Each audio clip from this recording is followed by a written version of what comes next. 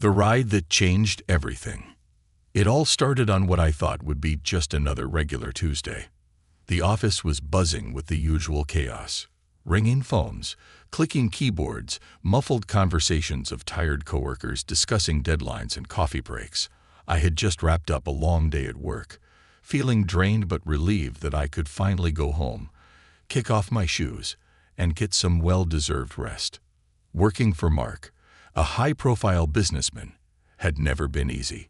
He was the kind of man who expected results, never accepted excuses, and viewed employees as mere stepping stones to his empire's success.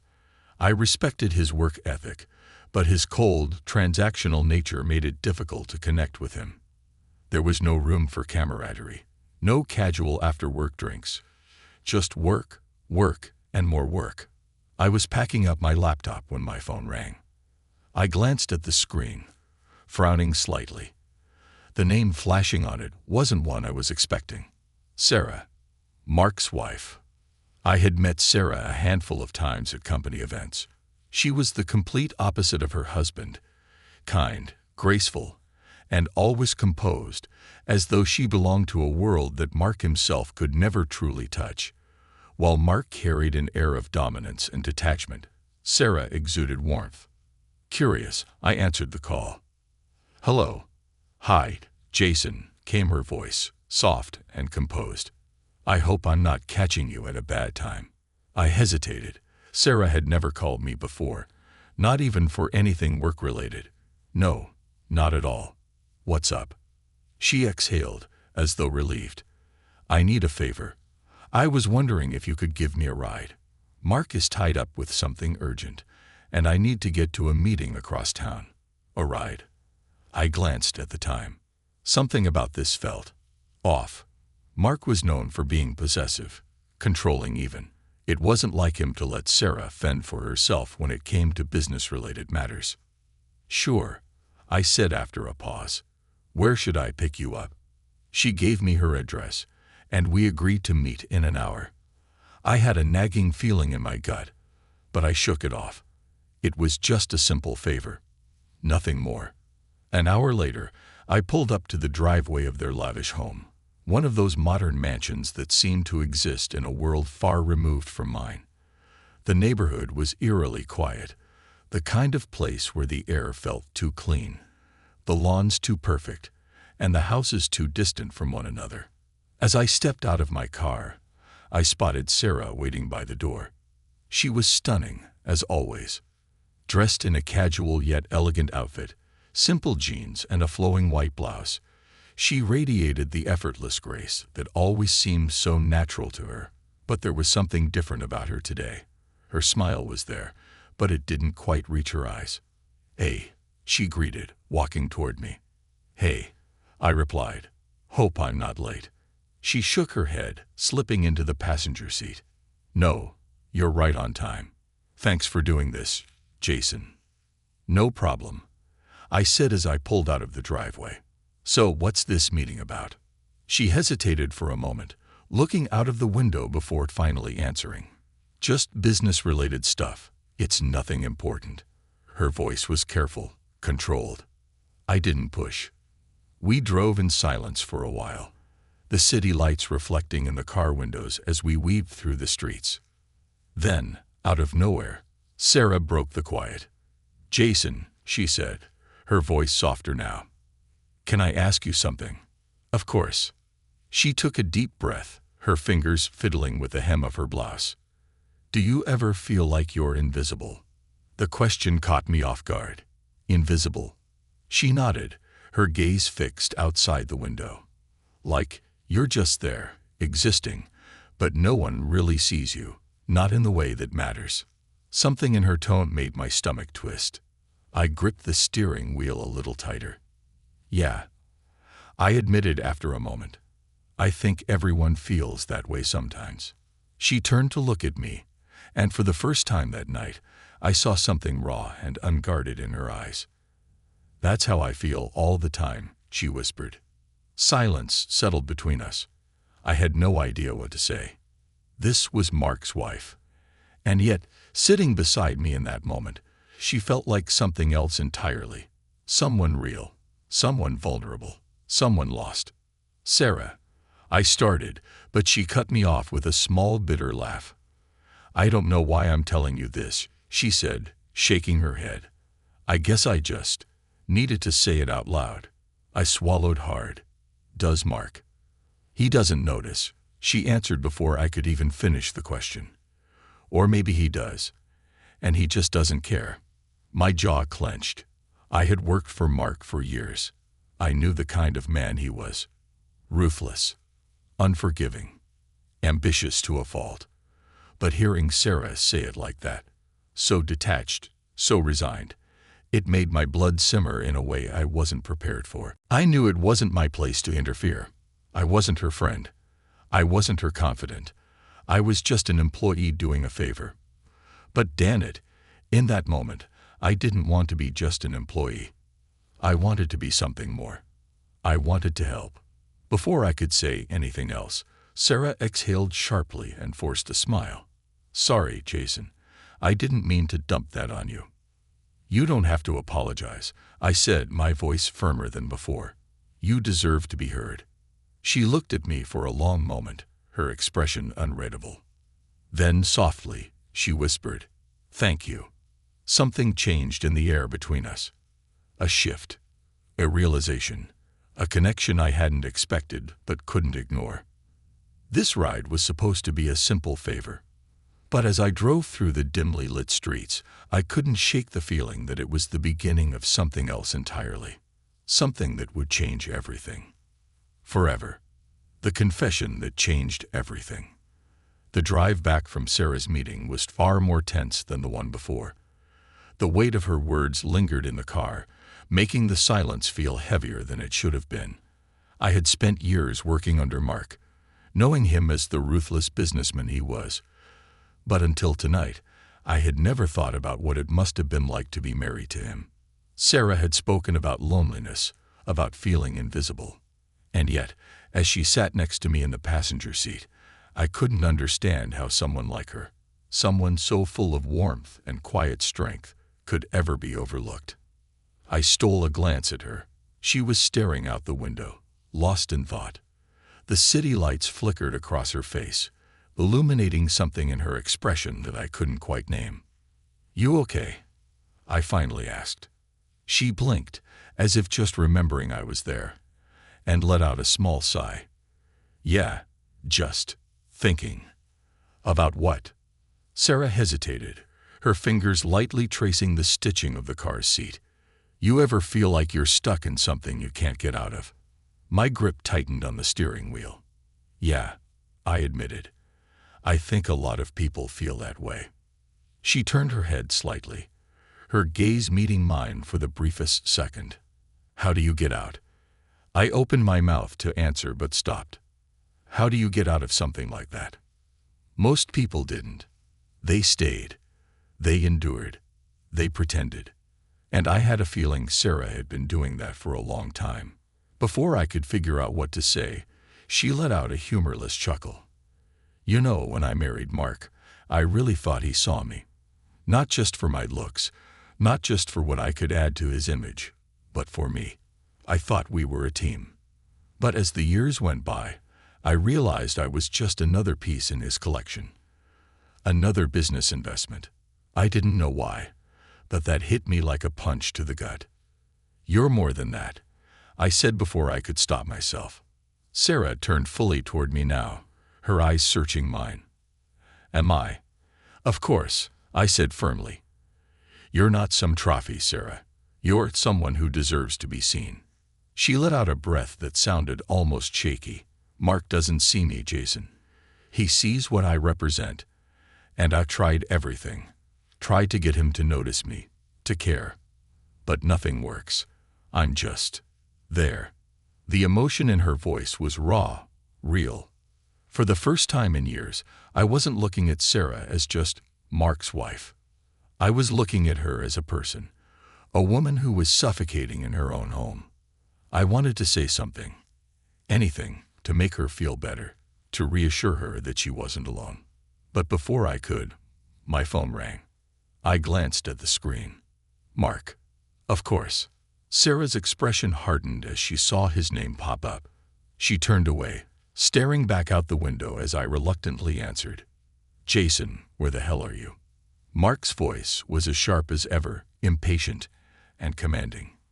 Driving Sarah back home, I answered, trying to keep my voice neutral. Why is that taking so long? I clenched my jaw. Traffic. Mark made a sound of irritation on the other end. Whatever. When you get back, I need you to stay late tomorrow. There's a deal coming up, and I need all hands on deck. So typical. No thank you for helping his wife. No concern for her well-being. Just business as usual. Understood, I said through gritted teeth. The call ended abruptly, and I shoved my phone back into my pocket. Sarah didn't say anything at first, but after a few seconds, she let out a small, bitter laugh. That was my husband, wasn't it? Yeah. Let me guess. He didn't ask about me. I swallowed. She already knew the answer. Shaking her head, she turned back toward me. See, that's exactly what I mean. He doesn't even pretend to care anymore. I could disappear, and the only thing he'd be concerned about is how it would affect his business image. The words hung between us. I wanted to argue. I wanted to tell her that wasn't true. But I knew it was. And she knew it too. The rest of the drive was quiet, but not uncomfortable. It felt like we had crossed a line that neither of us had expected to cross. When I finally pulled into her driveway, she hesitated before getting out. Jason, she said, her voice barely above a whisper. I turned to her. Can we talk again? Maybe soon. My chest tightened. I knew this was dangerous, but I also knew I wasn't going to say no. Yeah, I said. Whenever you need. She gave me a small smile, one that didn't quite hide the sadness in her eyes. Then she stepped out, disappearing into the house. As I drove away, my mind was racing. This wasn't just a simple ride anymore. Something had started, and I had no idea where it was going to lead. The storm that changed everything. The days following my conversation with Sarah were a blur. I tried to throw myself into work, hoping the constant deadlines and stress would drown out the thoughts swirling in my mind. But no matter how hard I tried, I couldn't shake the memory of her voice, the weight of her words, the look in her eyes when she told me she felt invisible. It haunted me. For years, Sarah had been nothing more than my boss's wife, a woman I saw at corporate events, a name that came up in casual office conversations. But now she was something else, something I couldn't ignore. And that terrified me. An unexpected invitation. I was halfway through my second cup of coffee in the office when my phone buzzed. I almost ignored it, assuming it was another message from Mark barking orders at me. But when I glanced at the screen, I froze. Sarah. My heart thumped in my chest as I opened the message. Hey Jason, are you free tonight? My fingers hovered over the screen for a moment. I should have said no. I knew I should have said no. But I didn't. Yeah. What's up? A few seconds later, she replied. I just need to get out of the house. Could we meet somewhere? Just to talk. I ran a hand through my hair. This was dangerous. If Mark found out, it wouldn't just be my job on the line. And yet, sure, let me know where. The night that changed everything. We agreed to meet at a quiet cafe just outside the city. Far enough from work, far enough from Mark, far enough from anything that could tie us back to the world we were supposed to belong to. I arrived first, taking a seat near the window where I could watch the door. A part of me hoped she wouldn't come. A bigger part of me hoped she would. And then she walked in. She wasn't dressed like the Sarah I usually saw at corporate events. No designer dresses, no flawless makeup, no expensive jewelry, just a simple black sweater and jeans. And yet, she had never looked more beautiful. When she spotted me, she smiled. A real smile this time. Not the rehearsed, polished one she wore at company functions, but something softer, something real. She slid into the seat across from me. "Hey," she said. "Hey," I replied, trying to keep my voice steady. We sat in silence for a moment. Then finally she sighed. "I needed this. Just to be somewhere that isn't home. Somewhere that isn't filled with empty spaces and forced conversations." I nodded, understanding more than I should. "Mark's still the same?" I asked carefully. She laughed, but there was no humor in it. "Mark hasn't even noticed that I've been leaving the house more often. Or maybe he does, and he just doesn't care." I clenched my fists under the table. "I'm sorry, Sarah," I said quietly. She looked at me for a long moment. "Don't be. It's not your fault." Maybe not. But I felt guilty anyway. Because I knew what was happening here. This wasn't just some casual conversation anymore. This was something else. Something dangerous. Something we both felt. Crossing the line. We talked for hours. About life. About dreams. About everything Mark never asked her about. And with each passing second, I felt something shift between us. The distance that once existed between Mark's wife and Mark's employee was disappearing. We were no longer just two people tied together by circumstance. We were two people connected by something neither of us could name. When the cafe closed, we found ourselves standing outside, lingering under the glow of the streetlights. The air was cold, but neither of us moved to leave. And then she looked at me. "Jason," she whispered. I swallowed hard. "Yeah." She hesitated, like she was battling something inside herself. Then, finally, she spoke. "I don't know what this is, but I do know that when I'm with you, I feel like me again." I felt my heart clench. Because I knew exactly what she meant. And yet I couldn't say it. Not out loud. Instead, I took a step closer. So did she. The world around us blurred. For a moment, there was nothing but the space between us. A space that was closing. I could feel her breath, the warmth of her body so close to mine. And just when I thought we might cross that final line, her phone rang. Loud. Jarring. Mark's name flashed on the screen. Sarah's face paled. Reality came crashing down between us. She took a shaky step back. I should go," she murmured. I nodded, even though everything in me was screaming, "Don't let her go." But I had to. Because this wasn't just about feelings anymore. This was about consequences. And no matter how much I wanted her, Sarah was still married. And I was still just the man who had given her a ride that night. A ride that changed everything. The storm that wouldn't end. The night at the cafe haunted me for days. I replayed every moment in my mind. The way Sarah had looked at me, the words we had left unsaid, the closeness between us that had nearly shattered the fragile line we had been walking. But more than anything, I kept hearing the ringtone that had pulled us back to reality. Mark. His name was like a cold slap, a reminder that no matter what was happening between Sarah and me, she still belonged to another world.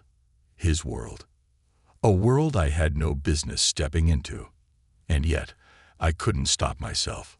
The message that changed everything. I had spent the past 3 days trying to ignore my phone, trying to resist the urge to reach out to her. But when Sarah's name finally appeared on my screen again, my resolve crumbled. "Can we talk?" My pulse quickened. I hesitated. I should have ignored it. But I didn't. "Of course."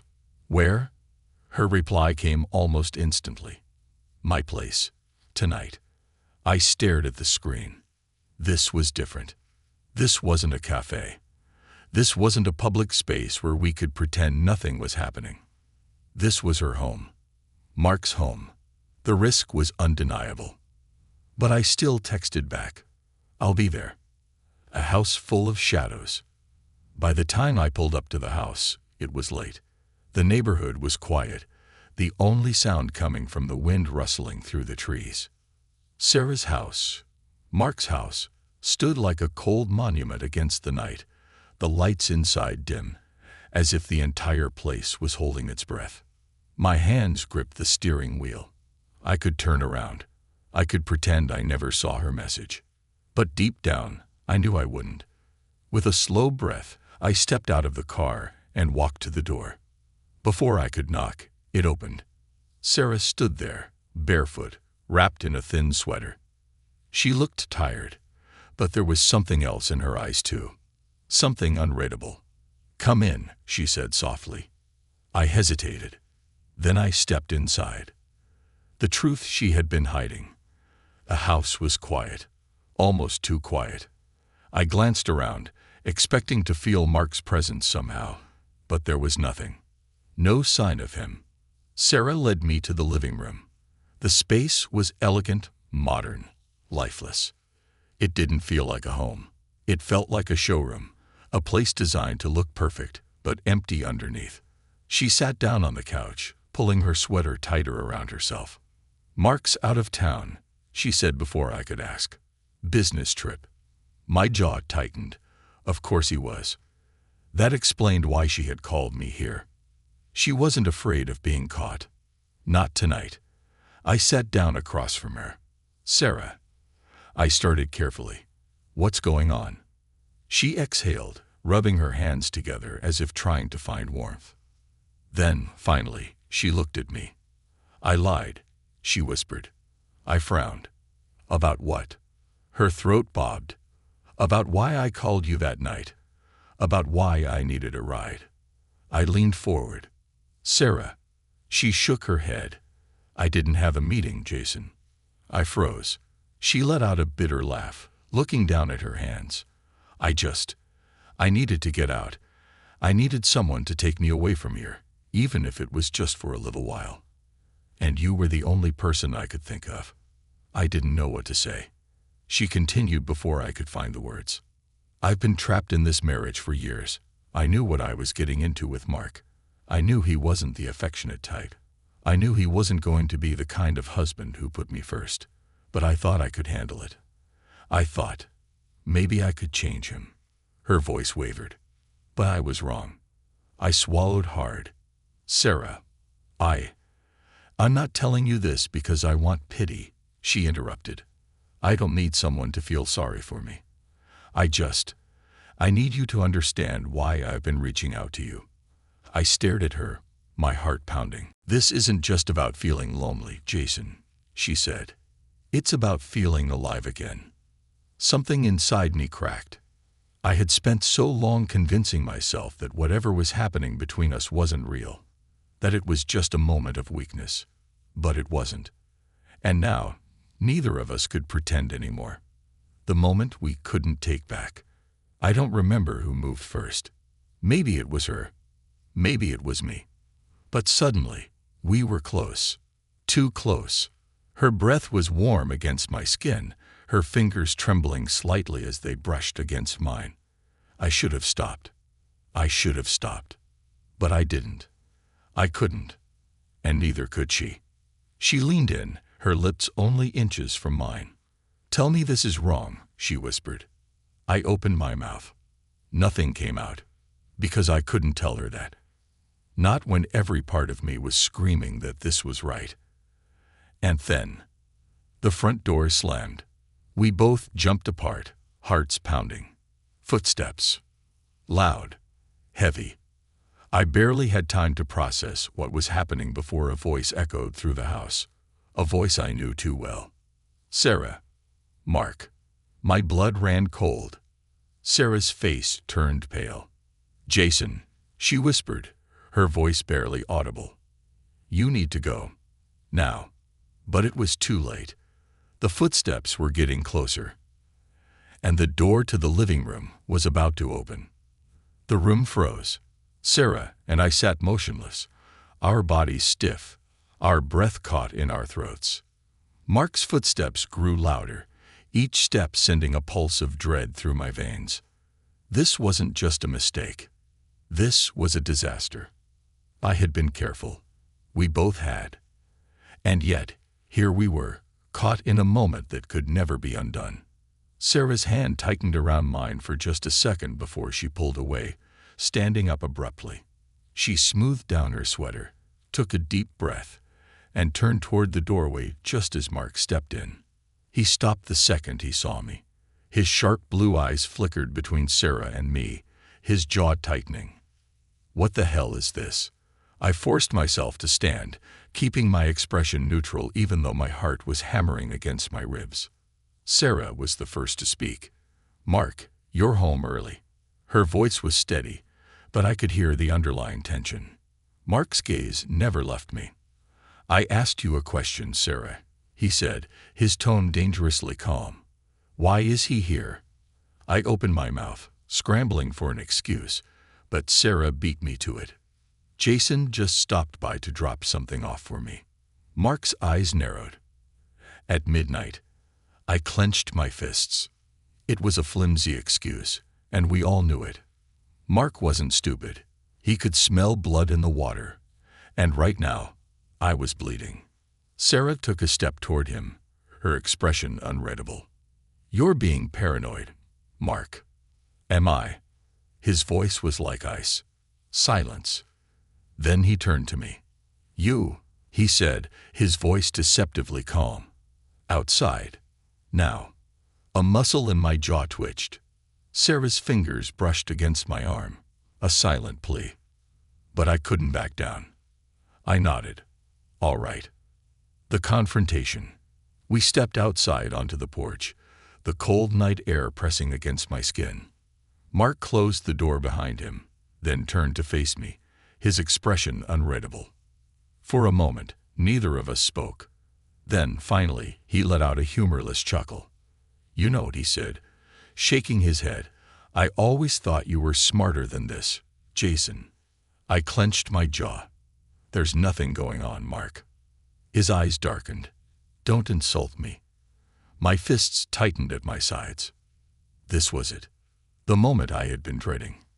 He took a slow step forward. "I trusted you. I brought you into my company, gave you opportunities. And this is how you repay me." My pulse pounded.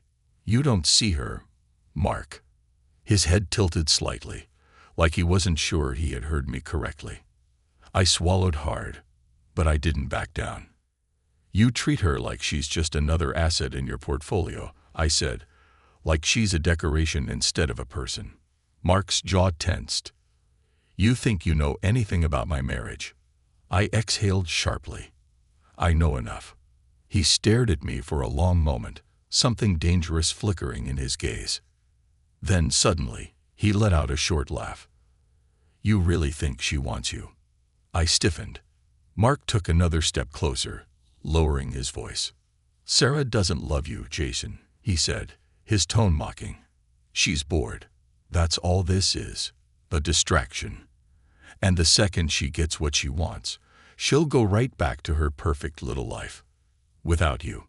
His words cut deeper than I wanted to admit, because a part of me had wondered, was I just an escape, a temporary reprieve from a life she was too afraid to leave? I didn't know, and that uncertainty was a knife to the gut. Mark smirked, as if he could see the doubt creeping in. "You're just a toy, Jason," he said, "and when she's done playing with you, she'll throw you away." I felt my fingers curl into fists, but I didn't move, because deep down, I wasn't sure if he was wrong. Mark let the silence stretch before stepping back. "Stay away from my wife," he said, his voice low and cold. "This is your only warning." Then, without another word, he turned and walked back inside, the door slamming shut behind him, leaving me standing alone in the cold. The aftermath. I sat in my car for what felt like forever, gripping the steering wheel so tightly my knuckles turned white. Mark's words echoed in my head. "She doesn't love you. You're just a toy. She'll throw you away." I wanted to believe he was wrong. I wanted to believe that what Sarah and I had was real. But was it? Or was I just a temporary escape from a marriage she wasn't brave enough to leave? I didn't know. And that scared me more than anything. My phone buzzed. A text from Sarah. "Are you okay?" I stared at the screen for a long time. Then, finally, I replied. "I don't know." I set my phone down and started the car. Whatever this was, Whatever we were, it wasn't over. Not yet. But I had no idea where it would lead. And for the first time, I wasn't sure if I wanted to find out. The fire that couldn't be extinguished. I didn't sleep that night. Even after I drove home, even after I lay down in bed and closed my eyes, the echoes of Mark's voice haunted me. Stay away from my wife. She doesn't love you. You're just a toy. The words dug into my skin like thorns, each syllable cutting deeper than I wanted to admit, because I had spent the last few weeks convincing myself that Sarah and I had something real. But was it? Or was I just a momentary escape? I turned onto my side, staring at the dark ceiling. I needed answers, and there was only one person who could give them to me. A risk worth taking. The next morning, I didn't go to work.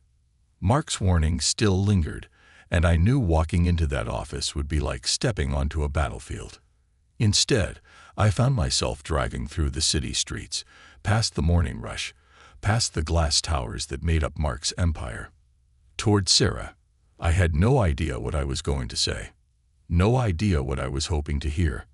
But I needed to know. By the time I pulled into her driveway, my pulse was hammering in my ears.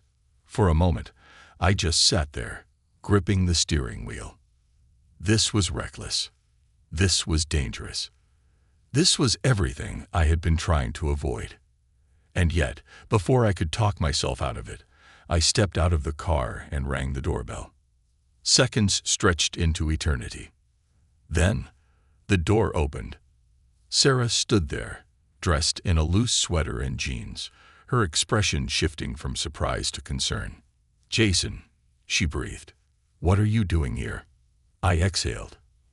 "I need to talk to you." She hesitated, glancing over her shoulder, then stepped aside. "Come in." I walked into the house, the familiar scent of lavender filling my senses. It was quiet. Too quiet.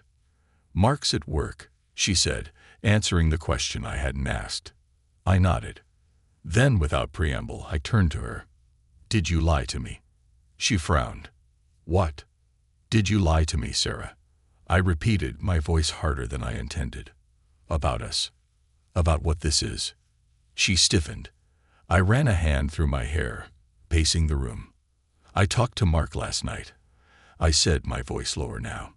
"He said this is just a game for you. That you're bored. That I'm nothing more than a distraction." Sarah inhaled sharply, her hands clenching at her sides. "You think that's true?" she asked, her voice dangerously quiet. I stopped pacing, meeting her gaze. "I don't know," I admitted. She stared at me for a long moment. Then she turned away, her shoulders rising and falling with each slow breath. "You think I wanted this to happen?" she whispered. I didn't answer. She spun back around, fire in her eyes. "Do you really think I just woke up one day and decided to destroy my life?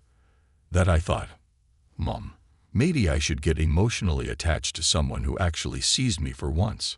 I swallowed hard. "Sarah, do you have any idea what it's like?" She cut me off.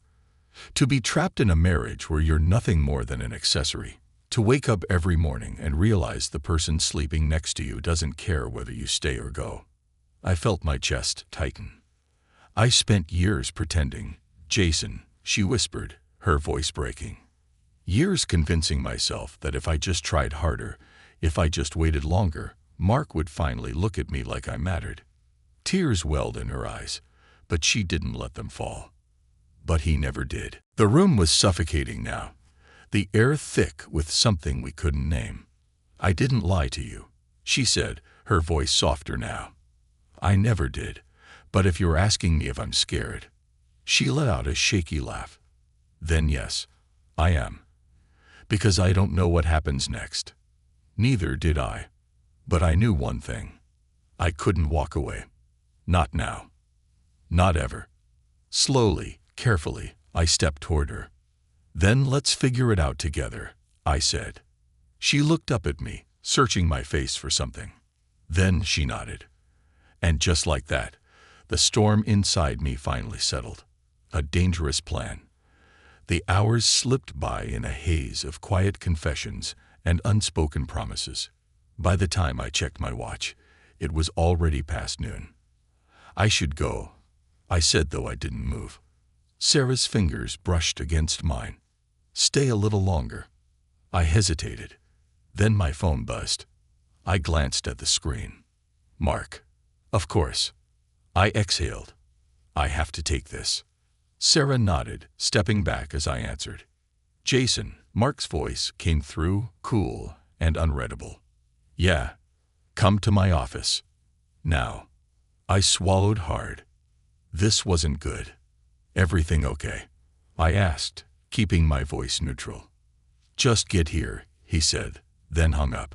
Sarah's expression was tense when I lowered the phone. Mark. She guessed. I nodded. She bit her lip. Be careful. I gave her a small smile, trying to mask the dread creeping into my chest. I always am. But we both knew that was a lie. The final warning. Mark's office was on the top floor of one of the tallest buildings in the city. By the time I stepped into his office, I could already feel the tension thick in the air. He was sitting behind his massive desk, fingers steepled together, watching me like a predator sizing up its prey. Close the door, he said. I did. Then, slowly, I walked forward. Have a seat, he said. I didn't. Mark sighed, leaning back in his chair. You didn't listen to me, he said, shaking his head. I didn't reply. I gave you a warning, Jason. He continued, his voice deceptively calm. Stay away from Sarah. But instead of listening, you went straight to my house. A cold chill ran down my spine. How did he know? Mark smirked. Did you really think I wouldn't find out? I kept my face neutral. Nothing happened. His smirk widened. Then why do you look so nervous?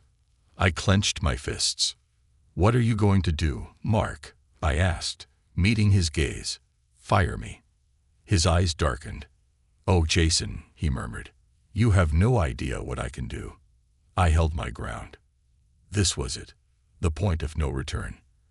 And as I stood there, staring into the eyes of a man who had built his empire on fear, I realized something. I wasn't afraid. Because for the first time in my life, I had something worth fighting for. The price of truth. Mark's office was silent. Too silent.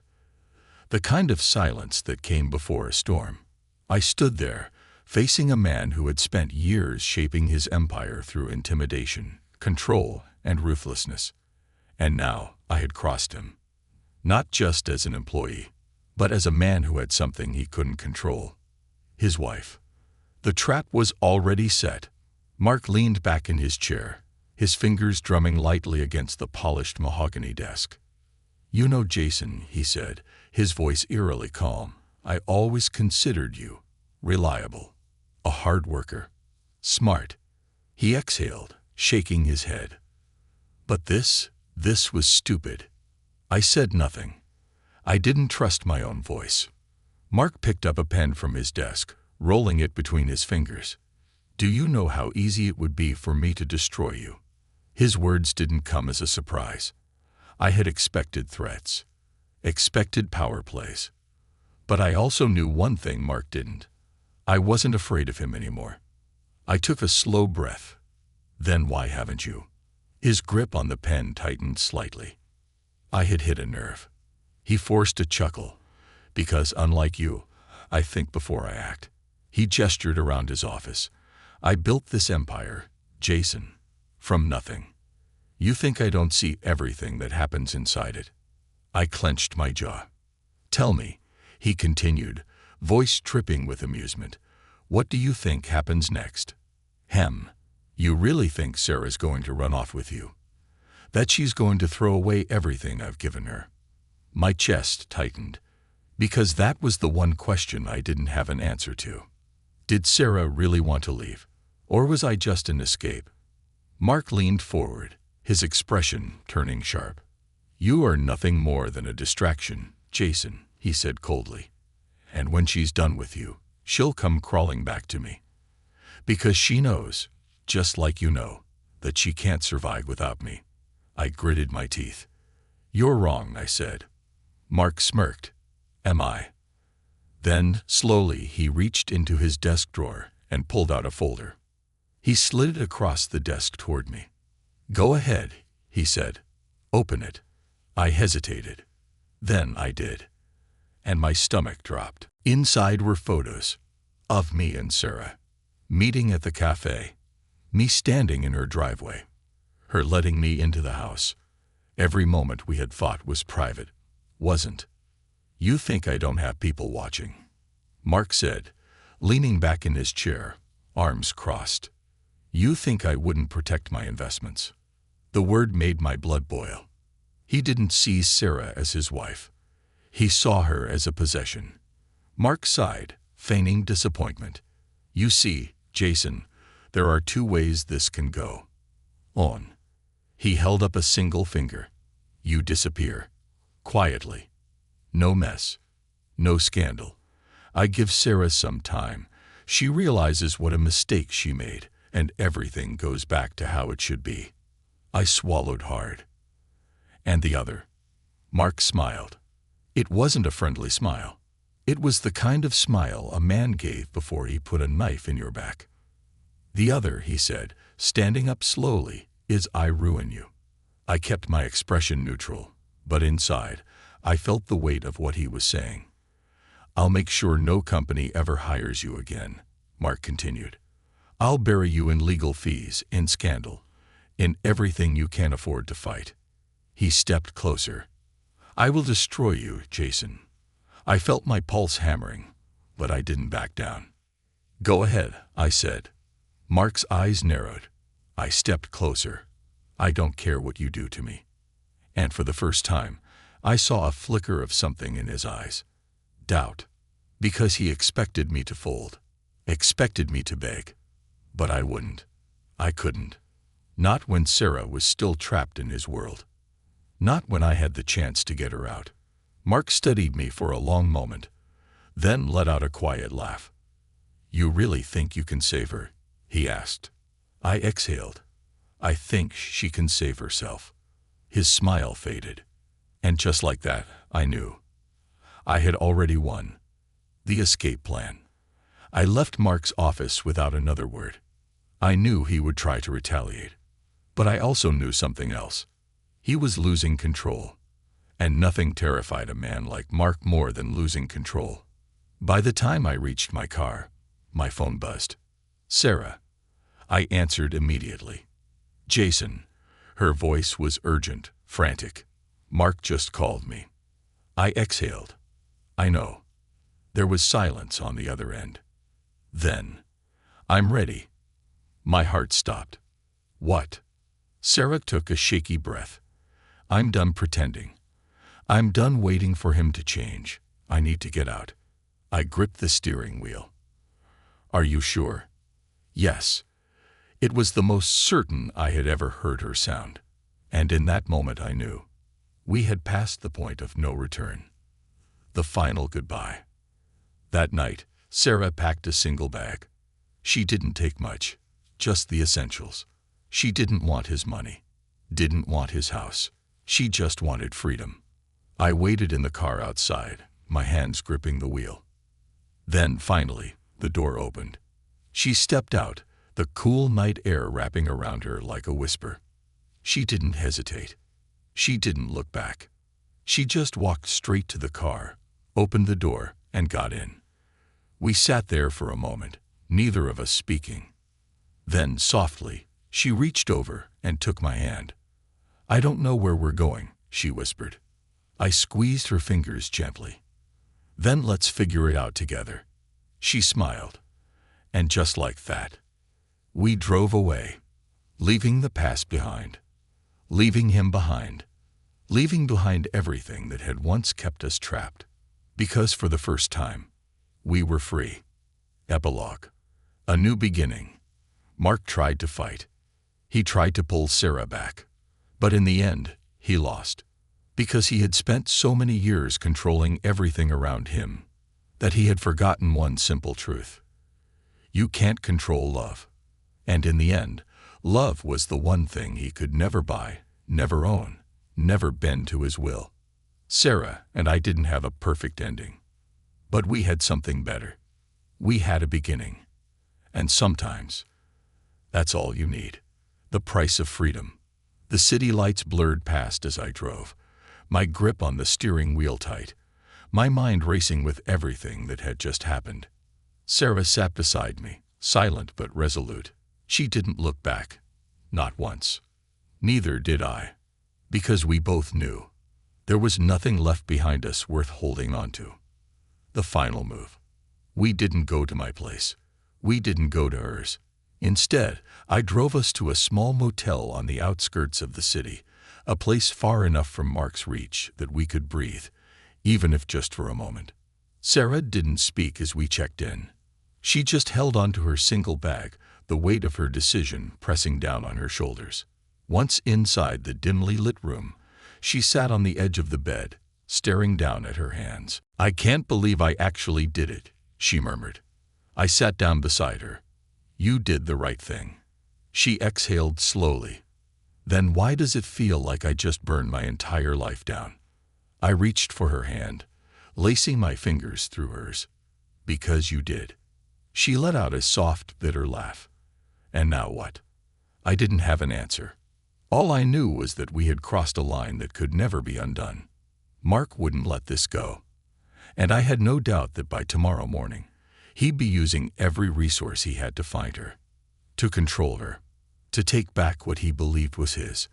I tightened my grip on her hand. "We run." Sarah looked up at me, her expression unreadable. "Run where?" "Anywhere," I said. "Somewhere he can't reach you." Her eyes softened. "You'd come with me?" I swallowed hard. Leaving meant giving up everything I had built. My job, my reputation, my entire life. But when I looked at her, I knew I had already made my choice. "Yeah," I whispered, "I would." The consequences of truth. Sleep didn't come that night. We both lay awake, listening to the hum of the city outside, waiting for something, though neither of us knew what. And then, at 3:17 a.m., my phone buzzed. I knew who it was before I even looked. Mark. I hesitated, then answered. The moment I put the phone to my ear, his voice came through, cold and sharp as a knife. "You really think I won't find you?" I exhaled. "You don't own her, Mark." He laughed, low and humorless. "That's where you're wrong, Jason. She is mine. Everything she has, everything she is, exists because I allow it." I clenched my jaw. "Not anymore." A pause. Then his voice dropped to a whisper. "You have no idea who you're dealing with." I closed my eyes, gripping the phone. "Neither do you." And then I hung up. Sarah was watching me, her eyes filled with a mixture of fear and determination. I set the phone down. "We need to leave. Now." The escape. By the time the sun rose, we were already gone. No notes. No goodbyes. We took nothing but the essentials: cash, IDs, and the clothes on our backs. I drove south, taking back roads, avoiding highways. Sarah sat beside me, staring out at the horizon, her expression unreadable. "Where are we going?" she asked after a while. I glanced at her. "Somewhere Mark can't find us." She nodded slowly. Then, after a pause, "Are you scared?" I considered the question. Mark was powerful. He had money, connections, influence. And we had nothing. But when I looked at Sarah, I knew the truth. "No," I said, "I'm not." She exhaled, leaning back into the seat. For the first time in years, she looked free. And maybe that was enough. Maybe that was all we ever really needed. Not a plan, not a destination, just freedom. And as the city disappeared behind us, I realized we had already won. Because Mark, he had nothing left to hold on to. And us, we had everything. Each other, a future, and a road stretching endlessly ahead.